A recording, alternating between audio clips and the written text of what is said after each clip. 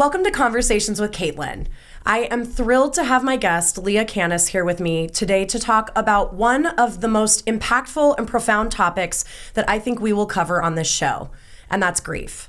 As many of you know, in 2021, I lost my mother to stage 3 pancreatic cancer after a year and a half of battling with chemo, radiation, the works. To say that this changed my life would be an understatement. And since then, I've really found myself in a lot of conversations about grief and what it does to your life and what it really means to people. And I feel very called and very obligated to have these discussions with real everyday people who have gone through these life-changing events that really kind of envelop what grief is and how it moves in our lives. My guest today, Leah, is a dear friend. I have known her since high school. She is an amazing realtor. She was a softball sister when we were in school. She has spent her life here in Southern Nevada, also attending college up in Reno. And she is just an amazing person. And when I was thinking about these segments and really how I wanted to share the story, she was one of the people that immediately popped in my head because she has a really incredible journey with what her family went through with her father. And so without further ado, to let her tell her story, please welcome Leah Kanas. Hi. Leah, thank you so much for being with me today.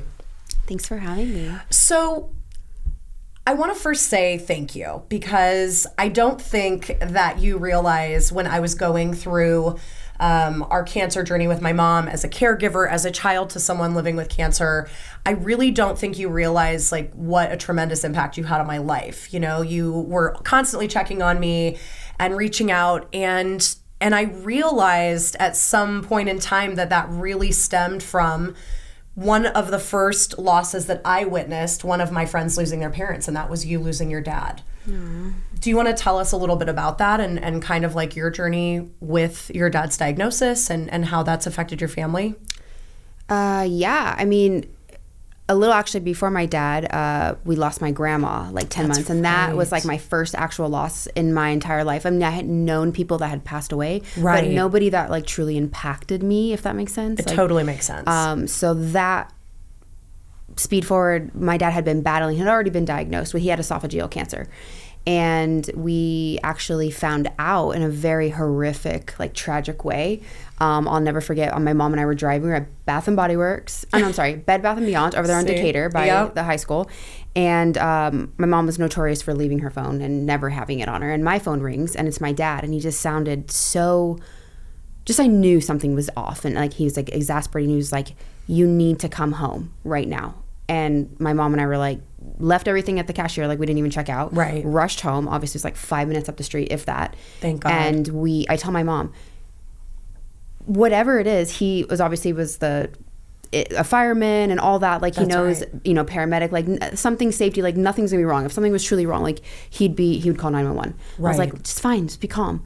Literally, don't ever rely on me for emergency like situations because you're the calm friend. Yeah. No, I'm the one who like I acted like I was calm and I was like couldn't even nothing. Like I walk in, all I see on the floor was my dad's feet, like face down, and I just lost it. Like I went into full. My mom's like, call 911, call 911, and I couldn't do anything. I was just like frozen. At this point, like obviously I don't even know if he's dead. I know nothing. We see blood all over the floor around him, and we were just like, we don't even know. What are we supposed to do? Yeah, we have no idea what had happened, what was going on. So my mom just said, go get help down the street. And I'm just like running for help and screaming, and what seemed to have taken 5 hours to run to 3 houses down. And everything was a blur. I mean, to be honest, I don't remember like anything really. Long story short, he had felt like he was going to get sick, you know, whatever, goes to get up to go to the bathroom, goes to throw up, and it was just all blood, whatever. Wow. It was a mass that had torn an artery, something like that.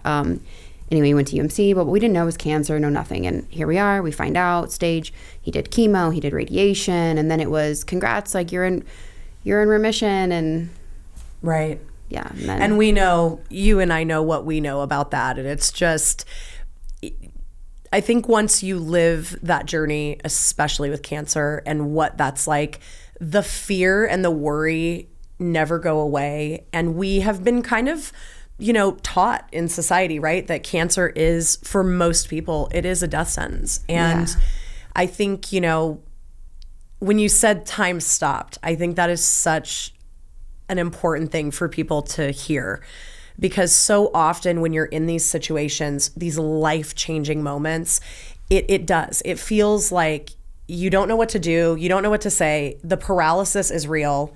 I remember when my mom was diagnosed, we didn't know yet. She called me. I was leaving my job and she's like, hey, can you come meet me at Quest Diagnostics? And I'm like, sure. So I drive down and we're sitting there and I'm like, Mom, what's going on? And she's like, they think I have cancer. And it was just like bomb drop. The air sucked out of you, right? Yeah. And so I hear you on such a deep level with that. So talk a little bit about who your dad was, because I think the other piece of your family's story that's always just profoundly touched my heart, and really, you're one of those people I just always think of. Your dad was quite a tenacious person. Yeah, I mean, growing up, he worked for the North Las Vegas Fire Department. He went all the way up. I always get it confused with the chief, captain, whatever it was, like the highest ranking, whatever you could go. That's what he was. And it was a phenomenal career for him. It gave him, he was a Vietnam vet. When he came home, that's obviously when he went into the fire department. And he met my mom when I was 5 and took us in. And it was just history from there. I never looked back. Growing up, I started playing softball. Yeah. I think I was in 6th grade when I first kind of started with Northwest Girls Softball, and it just kind of went from there. And he always played fast pitch, slow pitch with the fire department and all of that. And then it just became a passion for us together, and I grew more competitive with it, and I just loved it. And so he coached me for all these years, and honestly, some of the greatest, most cherished memories of my life happened on that field. And I think you were part of one of them. One of these games. I remember a game. Yeah. Well, and it was fun in high school, I think, because your dad, much like my mom, he was just a great cheerleader. I remember we would be playing a game and someone would go up to bat. It didn't matter who was going up to bat. He was all in. If it is his daughter's team, whatever it takes, we're doing it, And yeah, sports were such a big part of both of our lives. I think that's one of the reasons we've, been friends for all these years. Yeah. And just what that, kind of what that means. But it is, I think for a lot of our listeners, probably, if you play sports, if you have children playing sports, it's a huge commitment. You're doing school and then practice, or school and then game, right? Yeah. We're practicing, we're traveling on the weekends. And so it is really one of those pieces of our lives that really, I think, bond us with our parents more and more. And at this point, he had been retired. My mom was retired. So it was just all in. So fun. So we did. Then we started travel ball, and we would go every weekend to different states for tournaments. And I just remember all the times being I don't really want to go to practice tonight. And he's like, you don't have an option. I can't show up and just you not show up. And no, he was on grinding my ass all the time. Yeah. Well, I think when they see potential in you, and that's, I think, also one of the most heartbreaking and beautiful pieces of these journeys we've lived with a parent with terminal illness. They for so long are our rocks. They're, my mom, my anchor, my North Star, my rock, the person I still to this day go to call her. And it's just, you have that moment where you're like, I can't talk to you in the way I want to talk to you. So now I'm just going to talk in my car aloud, and hopefully no one's listening. But talk a little bit about, because I think one of the other pieces of this, so you mentioned earlier, Russ was deemed in remission. So what did that look like, and what did that mean? Because obviously then he became ill again, and I don't know all the pieces in between. Yeah, and to be honest, this May will actually be 7 years that he's passed already. So not that I forget, but it's just a lot of time now. But I think So it was stage 4, like esophageal cancer. And then like he did, things were shrinking, everything was working, had every new PET scan, so it wasn't spreading. So then we traveled to UCLA Medical Center to get, and he was supposed to get an esophagectomy, which he fought us tooth and nail on because he did not want that. Like it's basically like almost like a tube, I think, like out of your throat or something like that. Like it would literally change your life. But we felt, what's going to give you more life? Like you have, you know what I mean? And so he finally was on board with it. We went, and I'll just never forget, we got that call. Like the surgery started like crack of dawn, and it had only been like 2 hours, if that. And we got the call from the surgeon, like, I'm so sorry, we can't do this. Because as soon as they opened up, they had seen that it had spread. Like liver, lung, like all these things. And from what I have learned with cancer is like, it wasn't then that he had liver cancer or lung cancer. It was esophageal cancer of the liver, esophageal cancer of the lung, like in different various spots. So it wasn't like he was battling those individual cancers. It just had spread there. And so once it had spread, like when they open you up, like they can't do anything, obviously. Right. So then he went back on different chemos. He did. And at the time, immunotherapy wasn't really like a huge thing yet. And his insurance wouldn't cover it. And he made like such a connection with his oncologist that he was like, I don't even care. Like this has shown such great results. Like I want you to try this. Like I will, I don't know, pro bono, like take care of it. Like I want this for you. And, he did all different cocktails, as you will, of the different chemos. And he only did a little bit of radiation. But, obviously all the side effects, you live with that. And this went on for like 4 years. And I just remember towards the end, obviously he was like so skinny and so weak. And it was just, we always had those discussions that, yes, we want you to fight, but at the same time, we want a quality of life for you. And if it gets to be the point where like, we don't want you doing this for us, like, you know what I mean? So 100%. When the immunotherapy finally got like approved, I think he did like 1 round of it. And he just like looked at me and my mom, and he was just like, I just can't do it anymore. Yeah. And we immediately were like, okay, that's fine. You know what I mean? And we came home, and he went on hospice. I think it was like January of 2018. And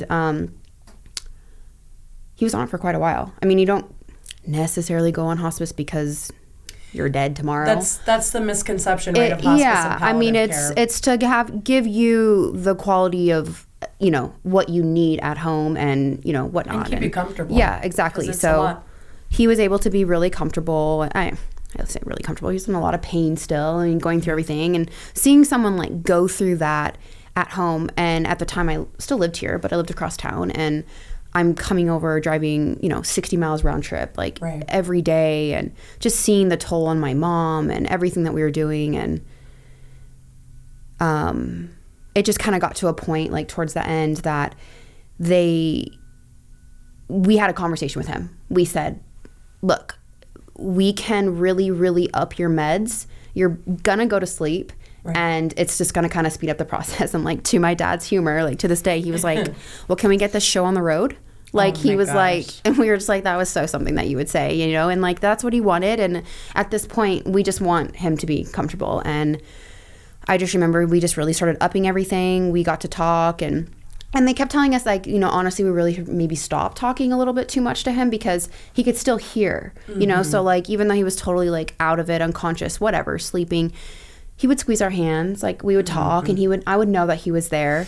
And then we really just kind of were like, okay, we got to up it a little bit more. It was like taking, I don't say like taking forever to die, but you know what I mean? It was like, it was ongoing. And I just felt like, okay, he wouldn't want this. Like we chose to speed this up. Like we need to do this. And honestly, my mom couldn't really do it. She felt like by her, it's so final. Yeah, like we were having to like grind all the meds, and we would have to put it in a feeding tube, and we'd have to do all of this, and like she couldn't really do it because she felt like she was killing him, Right. And I was like, I'll do it. Not in like that way, but like I knew that like this is what he wants. Like if she can't do it, like I want to give him what he wants.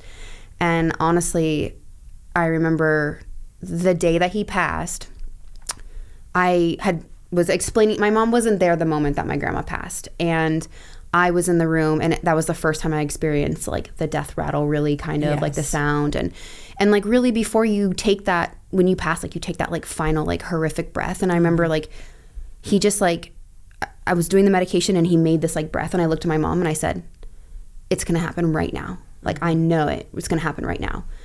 And 10 minutes prior, I remember saying out loud, I'm putting in the medication, and I remember saying out loud, Dad, you're literally the one that said to get the show on the road. What the hell is taking so long, you know? Right. And then literally that happened like 10 minutes later. And of course, at first I was like, yeah. But I'm like, perfect timing for something that he would do. You know what I mean? He really went on his own, you know? It's, and I think, you know, one of my hopes with sharing these stories is to remove the stigma around grief and dying and death, because people do not talk about this. They just don't. I don't know how many times you've been asked like in-depth questions. I know obviously for your inner circle and people that really know you, you know, sometimes you feel compelled to have those discussions. But I think that 3 things you said that I want to touch on, because I feel like they're just so powerful. They're so important to anyone out there going through grief, caregiving, living with a terminal illness, caring for someone with a terminal illness, you know, giving people the chance to make the decision for themselves, giving people dignity, and the fact that your dad, I mean, that's so your dad. I can hear his voice right now saying like, let's get the show on the road, you know, like we all one day are going to die. I think that's, and I don't know if you've ever had that moment as a child or a young person. Can you remember the first time you're like, one day I'm going to die? Yeah. I mean, I think that we all feel so, what's the word? Like, can't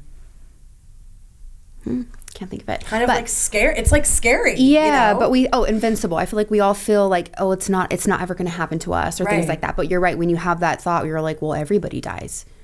And like, at what point will I die? You know? Right. When is that book of life written? And I think that's the lesson and the blessing of going through what we've gone through.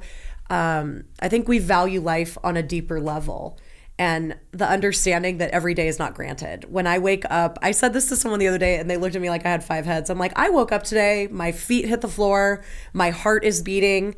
I'm able to, you know, do a little bitching in the morning about things I have to do that I might not want to do. And those are all signs that I am alive and I get to be here. Sure. And your dad, my mom, these amazing people who raised us, they would give anything to be here. And I think in the same breath, nobody wants to live without quality. Sure. And you said that so beautifully. Like, quality of life is everything. He loved to travel. His fire boys, I mean, they all had so much fun together. He of course loved you, and your mom just loved you so much and loves you to this day. I know he does. Yeah. It's so when you lost your dad, Russ, did you feel like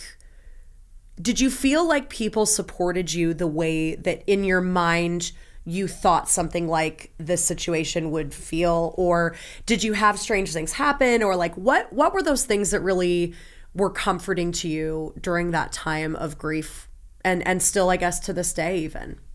I mean, yeah, there was definitely support from anyone and everyone, of course, in different ways. And then there was also some shock and surprise of where there was a lack of support. You know, I think that goes unsaid because I think it's so easy for people to say, like, I'm so sorry. Please let me know if you need anything. And I think that's just the natural and I find myself saying it all the time.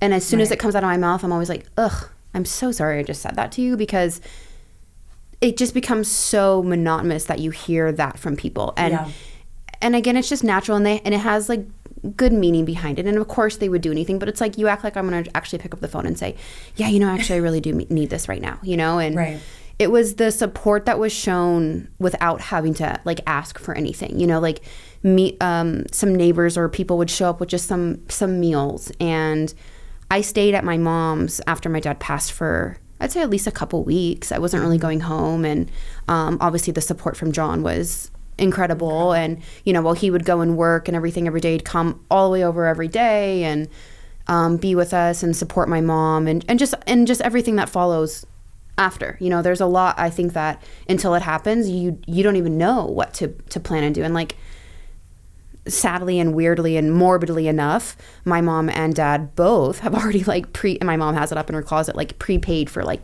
cremation and like this box. And I'm like, well, it's kind of eerie, you know, but like we were very prepared. And I will say that like when losing someone in grief, as hard as it is to watch them suffer and go through this for such an extended amount of time, in a way it's kind of a blessing, because it still hurts to see them, you be like that you're losing them in the moment, but any amount of preparation that you can get, I think, to lead you to that moment and have those tough conversations. Like my dad, we would sit and talk, and you know, and we would talk about him after he was dead, like how it was going to be and how we were going to be and how my mom and I are going to be fine, like we're going to be okay, and like what we're going to do and how we're going to handle the, like he was just always preparing us. And like I'm so grateful to this day, because I feel like that is really what has set my grief apart from, for example, my two young cousins. We just lost my uncle, their dad,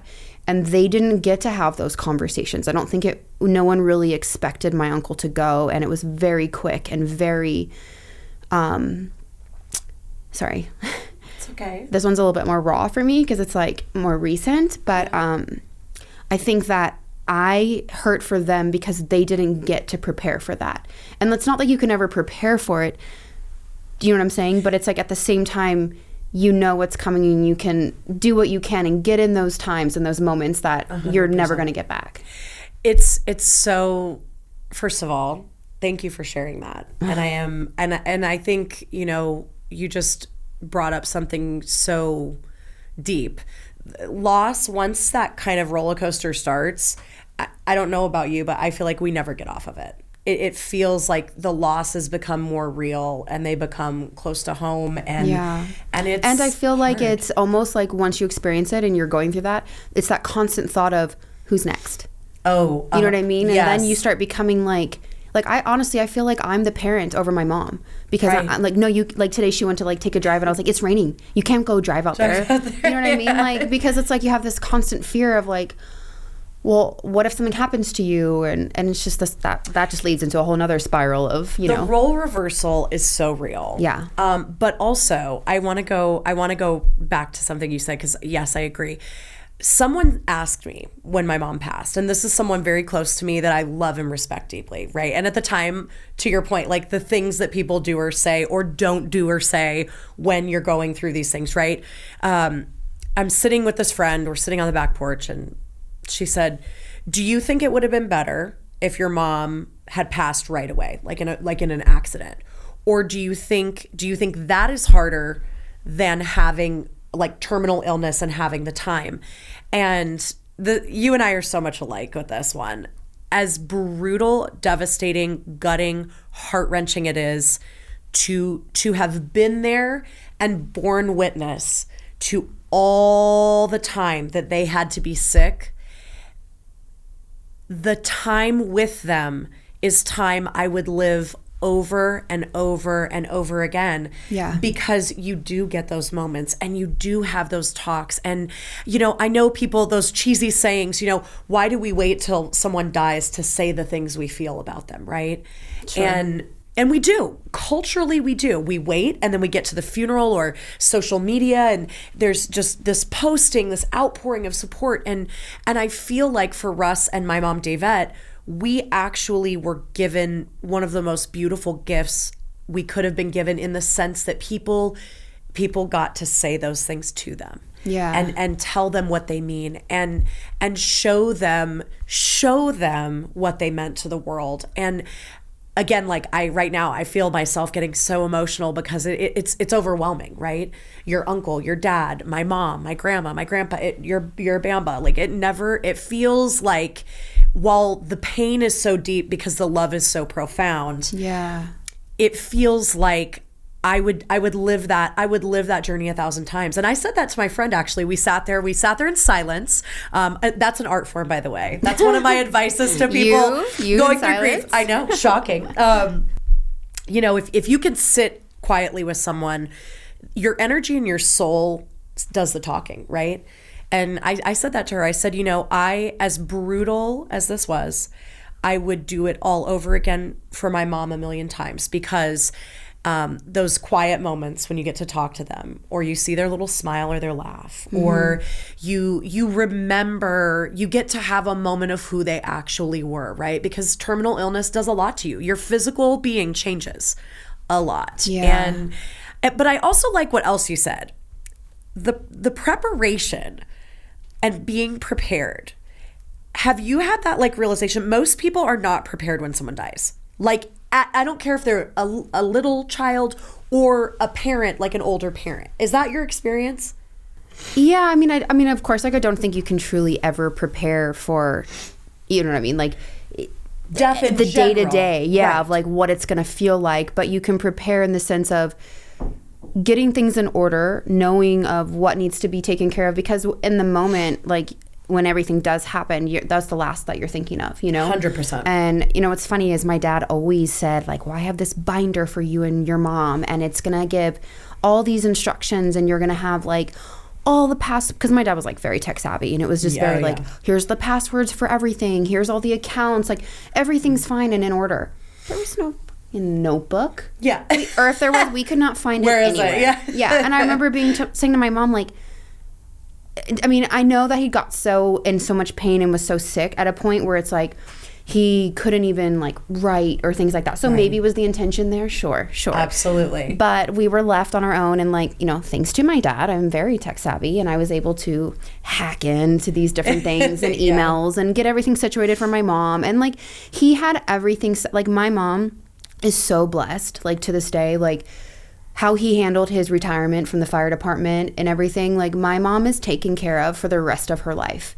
And that means so much to me, because that's a huge burden taken off of me, knowing that, like, down the road when she does need, you know, care or things like that, like, yeah, will there be a point where she probably lives with John and I? 100%. And like, we're fine with that. Like, we already know that that's in our future at some point. And my mom is a social butterfly, so I feel that, like, she would probably love to live in a retirement home community type thing. But the fact that the money is there to take care of her, that's amazing that he had set her up, you know. And he always made jokes, like, not that he didn't want to leave me, or he has a son, anything, but he said, why am I gonna leave you anything? Like, I'm gonna live my life. And I think that I wish more people would kind of have that thought, like, because I remember being like, well, I'd rather have you than whatever you're going to leave me. Yes. And the fact that you left my mom is everything to me, you know, for her. So, it's weird though, right? Like, you feel like in your adult journey, your adulting life, right? We're well in our 30s now. It's like, you say to yourself, like, I think I have like a genuine handle on how this goes, right? And I think the hard part of this journey is, right, there's no textbook. All of our journeys can be similar, but they're very different. Yeah. And you can lose the same person, but have it be such a different, like, relationship. Like, me losing my dad is different than my mom losing her life partner, her husband. Right. You know, so the connections and the emotions and the day-to-day routines are different. It changes the trajectory of how you're going to live and what you're going to do. And you know, I think I like what you said too. It's like the well-intentioned things, like when you're sick, when you're ill, when things are going on. You know, it's a very eye-opening experience to watch someone going through that and understand your own mortality. I think that was one of the things. I would get in my car a lot. My dad, my brother, and I, you know, we're all here in my childhood home taking care of my mom. We were with her. She was never alone for appointments. And I know you guys were the same with Russ. It's, you know, we were very lucky. And we also, you know, and this is a very controversial thing I'm about to say, but COVID was a blessing for my family's life because it stopped time as we knew it. And we were able to be here with her every day. And there's so many times that in my mind I question why. I say, why did this have to happen to my family? My mom, you know, 50-year nursing, trauma nurse veteran, your dad, veteran of the military, veteran of the fire department. These are two people that devoted their life to service to the greater good of others. Yeah. And you know, the why, I don't know if does that come up for you ever? Do you have those conversations with yourself? I had a really hard time with that in the very beginning, because I remember saying, like, I know plenty of like crap people who like do really bad things yeah. to people themselves. They don't care about their health. They smoke, they drink, they do drugs, they do all these things, and they're fine. And I'm always like, why is it that, you know, God takes all these people? And like, I just have, ooh. Girl, you gave your little nervous crack. That's okay. Leave it in. I just think that like so many people, you know, the whole saying of, oh, everything happens for a reason, and those just hit me differently now because I have a hard time with that, because I'm like, well, what was the reason? Yeah, exactly. It's like, why did, you know, oh, God only takes the ones that are ready and this and that. And I'm not bashing on any relationship with any type of higher power or whatnot. Totally. It's just something that I'm like, that I don't necessarily experience sometimes with those types of like thoughts. You know what I mean? Like, well, why would he take him then? Exactly. Right. You know what I mean? The it's opposite. Like, you know, so. It's that, and that's a very interesting piece of, I think, this journey, spirituality, right? God, the universe, the higher power, whatever you subscribe to. I think, you know, it's hard. I mean, my mom, till 2 days before she passed, meditated and prayed the rosary every night. And Leah, I have to tell you, and you know, she and I had our routine. We had like, okay, so now I'm gonna share this little personal thing that only certain people know, but it's special to me, and I want to share it about her. You know, you get to a point with your frailty. You know, you said your dad was really thin, and my mom got very frail very quick towards the end, and we had essentially set up like a little house downstairs for her, right? You have a bed, you have their nightstand, you have all the things they need, it's essentially their house. We're just here kind of helping and living. And so, you know, every night we had a routine with my mom where we would, you know, get her in bed, get her ready for bed, make sure she had all of her things around her, you know, and that's like I look back on this because we would come upstairs and go to sleep, and I cannot tell you how many nights I would run down the stairs. Like, it would just hit me, and I would be literally standing over her making sure she was breathing. Like, I would just have that panic. But one of the most special, I think, moments I got to have with my mom is I would just crawl in the bed with her, and I would just lay there with her, and we'd talk about the day, and we'd talk about stories, the fun things we've done together. Sometimes she would have a funny joke or something to say, and it's just those moments. I remember thinking in my head, like, there's no way, God, that you are moving in this experience, because you would never do this to a good person, like you said. You would never, to make someone suffer and have this kind of like very final, very sorrowful end to their life. Like, why is this happening, right? And I think that it took me a while to get back to any sort of faith-based kind of thinking and living. I'll be very honest. It was very hard for me. Stopped going to church, stopped praying, stopped really doing any of the things that were kind of organically natural to me. But, you know, I think it took my mom passing for the other things to kind of appear, right? So like the friends that were really present in my life going like, we're here, and like, we're not going to leave your side, and, you know, we're thinking about you all the time, and people reaching out and sharing the stories about her, like that feeling. I know, like, it's so cheesy in like the Disney movies when they show, you know, characters. Like, one of my favorite movies is Coco, right? I love Coco. Oh, that movie. Oh my gosh, I cry every time. I loved that movie forever. And then when my mom passed away, I watch it with no makeup on. I watch it by myself, because it's just, I think the reality is that we are not the things we have, the jobs we hold, the material, like all of the things we've made out to be cool and special and wow. Losing my mom solidified to me that the greatest testament to your life, I saw this at Russ's memorial. I mean, that was one of the most moving events I've ever been to, that we are honoring the tremendous space they took up on this earth. Yeah. And that was my breakthrough. God, the universe, faith. I said, okay, this happened to remind us that our life is a testament to what living is. Yeah, and like how you had said how the people that show up and just it is just showing like a testament of how loved and how they touch so many people's lives. Like I remember at my dad's memorial, I mean, it was such a blur. I remember seeing you and like, you know, all of that, but it's not that our house was small, but it was packed. It was packed. It was And I just packed. remember us being like, we're just going to have it at the house because, you know, and it'll be like an open kind of like come as you go, like just, you know, whatever. And it was insane the amount of people and the people that like, and it's not like we sent it out eventually. I think we just posted it on Facebook. And of course my mom, you know, shared some certain things, but the people that showed up, I was just like, oh my gosh. And to hear how my dad touched their life was so incredible and so special, you know, and people that like I hadn't seen for years or even gave a thought, you know, like knew you when you were probably itty bitty, right? Yeah. Like how would you know? So have you just kind of brought a thought to my mind. Have you been able to, or have you felt compelled to write down any of the things that have been shared with you or like save them in any way? I always am curious about this with people because I have like a mixed feeling about that whole sentiment, right? Of like holding on to like very specific, like especially stories. I don't know what it is, but stories are so big to me. Are you talking about like advice or things that people have shared, or are you talking about or like what they've shared of their about us? Yeah.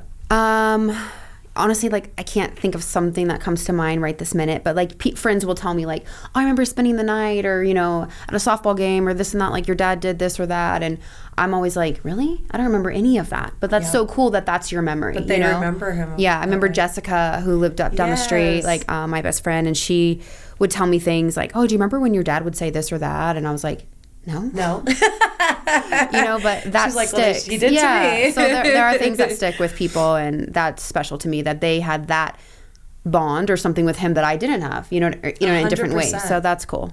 What would you say are those couple of things when you think of your dad, like the first things that pop into your mind? His sarcasm, for one, 100%. And just his ability to fix and do anything. You know what I mean? Like in my life and my mom, like my dad could just do anything. You know, anything that needed to be done or fixed or changed or made, he could just do it. Right. So we never had that problem of having to call someone and get something done, or it was just like, okay, I'll do it. And if he didn't know, he would learn.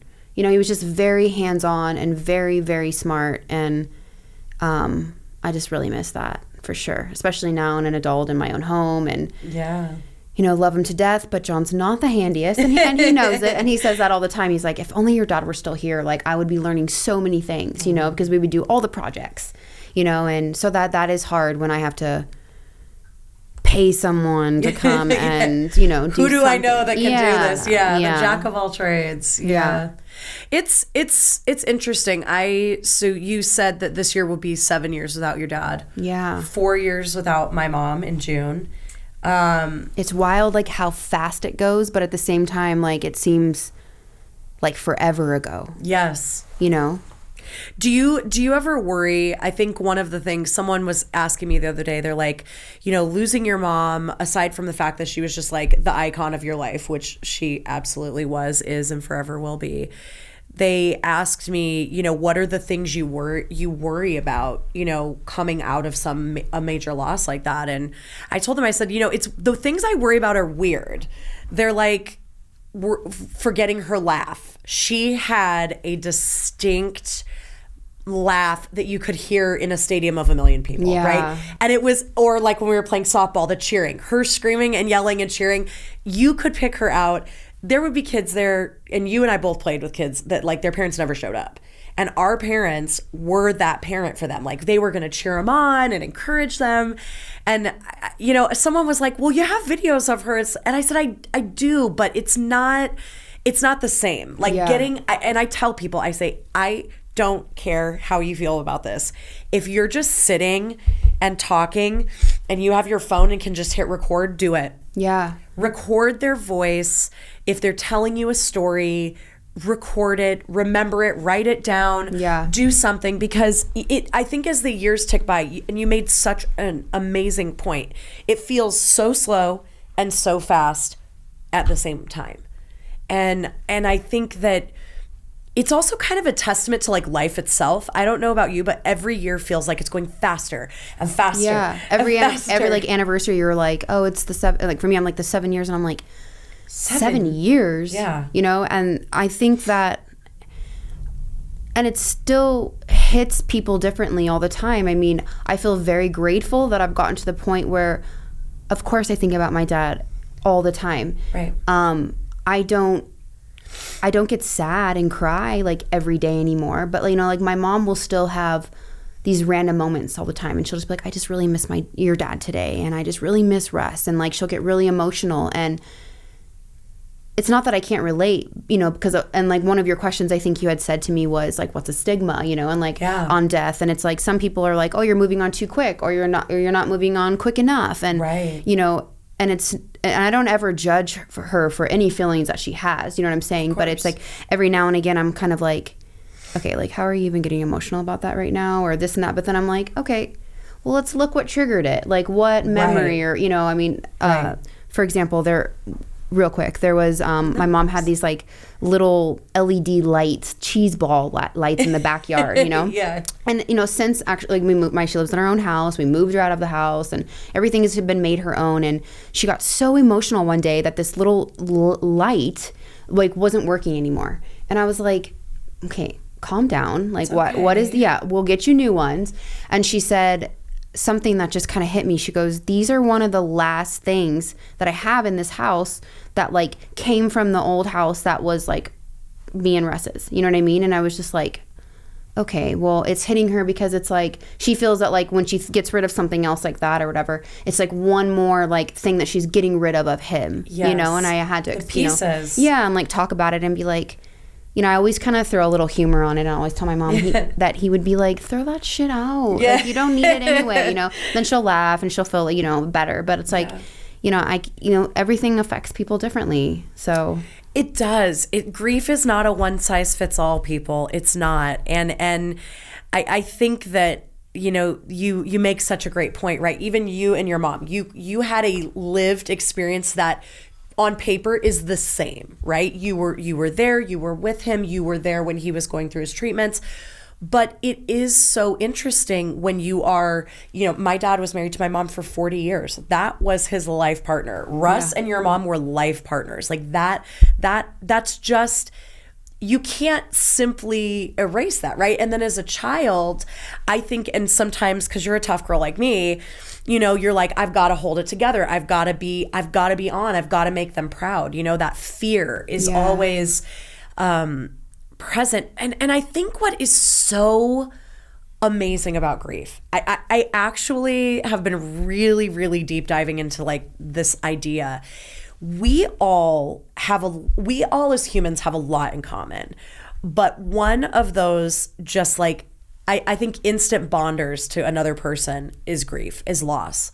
And you never know. And you can't, I think once you know this, you can't unknow it, right? Yeah. So we become kind of I always like picture in my mind, I'm very dramatic. You know this, Leah. Pretty much anyone who's known me for a period of time knows how dramatic I am. But, you know, you see someone in a forest and they have one of those lanterns and they're walking down a path. And when you first go through it, you feel like you're at the very end of the path in just total darkness. And you're like, I don't know how to feel. I don't know what to think. I don't know what to say. Do I post something about them? Don't I say anything? Should I call this person? Should I call that person? And it's like, I think that grief and death and losing someone, that grief, you find this humility and like genuine respect for other human beings. It's like, the easiest and best thing you can do is just to be still. You don't have to do anything. Yeah. You don't have to do anything you don't want to do. You don't have to call the person, do the thing. You know, you don't have to. And I think there's a lot of pressure on, right? My mom used to say this. She's like, babies, weddings, and funerals, they bring out the best and the worst in people, 100%. Right? 100%. And you know, I think in these times of grief, and grief never goes away. You and I know what we know. We cannot unknow. We are now the girl with the lantern at the end of the path going, hi, I know. I like to, I talk to my cousins a lot, and I like this I didn't come up with the analogy, but I might butcher it, but you know, you'll get the gist. Like it's like I always tell them, like, it gets easier, but then I'm like, okay, that's a horrible thing to say. Oh, it gets easier. And I'm like, let me elaborate. I think that, like you said, grief never goes away. I like it like it's like a ball like this, and we are just learning how to grow around it. Like we're always gonna have it, and it's gonna hit us at different times. You could smell something, you could hear something, like the most random thing could come up. Like every now and again I'll be like out and someone will walk by and will be like an older man, white hair, and I'm like, whoa. And obviously I know my dad's not here, but it's like, it makes me do a double take, you know what I mean? And I'm just like, those are all little things, and it brings up a wave of emotions, you know, not necessarily like sad all the time. I think that I'm learning to put my guilt away,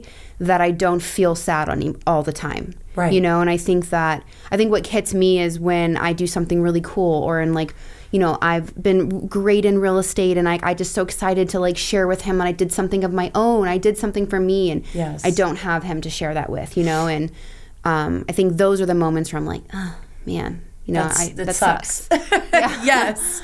And you bring up such a sentimental way of saying it, that the guilt, the people who love you would never want you to feel guilt for feeling the way that you do. Yeah. Because you can, right? We know people like this. They go through something hard, they go through a loss, a death, and they never recover. And then there are people who, and I'm one of them. I will so admit this to you. I think it was very strange. Sometimes you would text me and I'm like, does she know that I'm having a bad day? You know, those days where you're just like, I don't want to do this anymore. It's not, there's no reason for me to achieve or have these life milestones, right? You just married your beautiful husband. Like, you two, just like, I know, right? As painful as it is to say, like, your dad is so proud and he's so happy, but it's hard. It's hard in these moments to be like, should I be crying? Should I be smiling? Should I be, you know? And people kind of, I think especially the media has really been inflammatory with the way that they kind of sensationalize loss, right? Yeah. If someone's on camera and they're not giving you like crocodile crying, tears, right? They're not like emotional enough. Exactly. They're not, yeah. It's like, oh, you don't care. It's like, no, what you don't see is all the nights that I laid in my bed and cried myself to sleep, or the times that I sat in my car, that paralysis you said, I'm like clinging to that today. It's like, I can't get out of my car. I cannot go do one more thing today. And, you know, and then also like just the grace for yourself and for others. 100%. That grief brings. I always like would tell myself, because this is a tip that my dad had taught me. He was like, you know what? There are going to be times when you're going to be like, you're going to want to just cry your eyes out and curl up in a ball and not leave the house for days. And it's okay that you feel that way. But he goes, you're not going to do that, because you're going to get in the shower and you're going to give yourself 10 minutes to just cry it out. Right. And then you're going to get yourself together, because you can't live in that state. You know what I mean? And there's no right or wrong way of how long someone can, you know, be in that state. I'm not taking that away from someone, but at the same time, like you just said, like, they would not want you to be that way. So you have to somehow form some composure and get yourself together. And my little cousin Maddie, she came up with this thing where she, like glimmers of instead of like a trigger, she wants to look for the glimmers. So instead of seeing things that like trigger her to be sad, or a memory or something like that, she's looking purposefully for the things that like bring a smile to her face or make her think of her dad in a great way. And I think that was so profound, especially so early on in her loss, that when she said that, I was like, here I am 7 years in, and I'm like, wow, whoa, I should be looking for glimmers, you know? Yes. So I think that's one of the things where like every time I see a hummingbird, I immediately feel like that's my dad. That was like my mom and dad's thing. And I see there's one hummingbird that comes to my mom's. She has a feeder in her thing. And there's the same hummingbird every single morning. I'm not even kidding you. Wow. Is just outside the window. And like, I'm not super spiritual, but I'm just like, okay, that's weird. I see you. Yeah. So that's special, you know? So. And I think, you know, what you said is great too. You've now been on the other side of that. You have your cousins. I know you are very close with their family and them. You play a very special role in their life. And we are continuing to learn through grief. You don't just like go through it and then you're like, well, I know it all. You know, it's really